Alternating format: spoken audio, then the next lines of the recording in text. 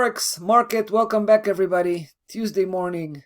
We're excited about to talk about the euro versus the New Zealand dollar here. We felt it was time to revisit. Just before, last week, a few days ago, we came here and we called it out. We called the euro New Zealand out for a fake out.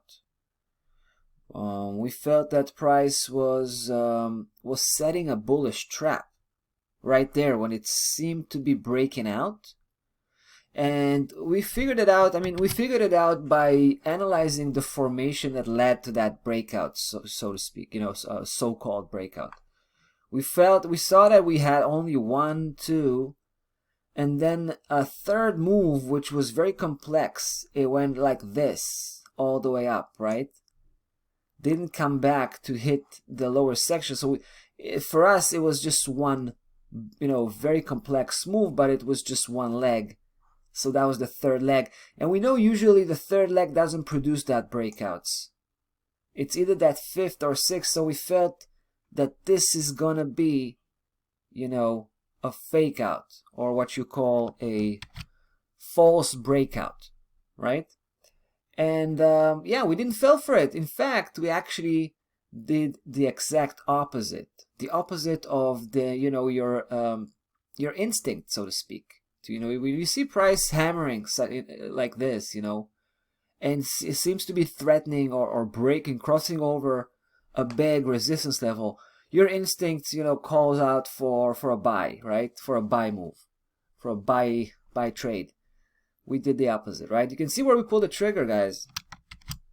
Right? That's what you call sniping. Right there, boom, pull the trigger first. That was the first time. Then we saw price kind of giving us the green light. So we kept pressing, right? We opened fire the second time. Then of course a break below 77.47. Beautifully done.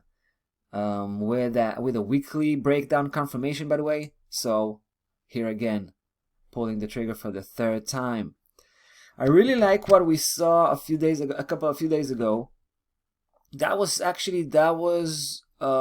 still Friday, right? That was still Friday. Friday price came back up and it challenged 77.47 here from below.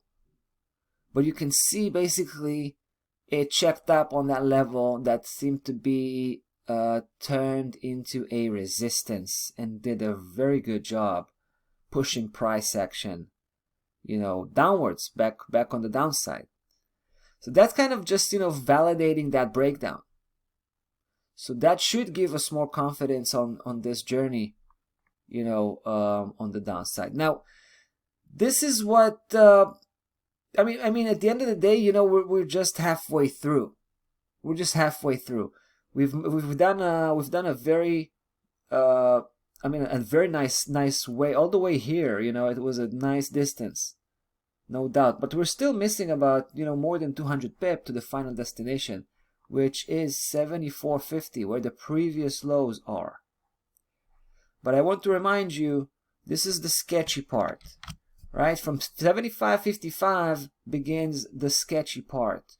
We want to take most of the position out at 75.57. I say most, I mean the majority of the position. So, for example, right now we have 3 trades, right? Let's assume we can squeeze in one more trade, hopefully tomorrow. We might not, if price will go strong, then obviously we'll not be able to do that. But let's say we will, so we're going to have 4 trades. When we hit that 75.57, we would probably take 75% out. So we'll take out the first, the second, and the third. The only one's going to be left here is the 4th trade. 25% of that position will be aimed at 74.50. Will be set to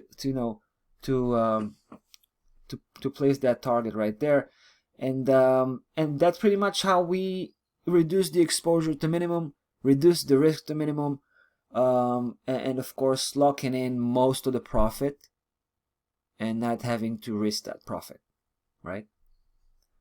Now, so there you go. Euro New Zealand dollar. Very interesting story we have here right now with that movement.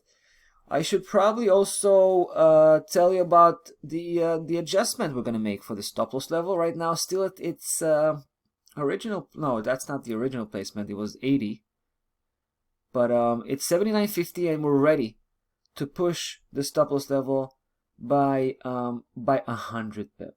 Right, 100 pip from 79.50 all the way to 78.50, and we're keeping 100 pip of buffering area as a protection with that 77.47, right? 77.47 is the official protection, but we're keeping a healthy distance here, like a buffering zone, in case price will be spiky. If it wants to come back and retest that level, who knows?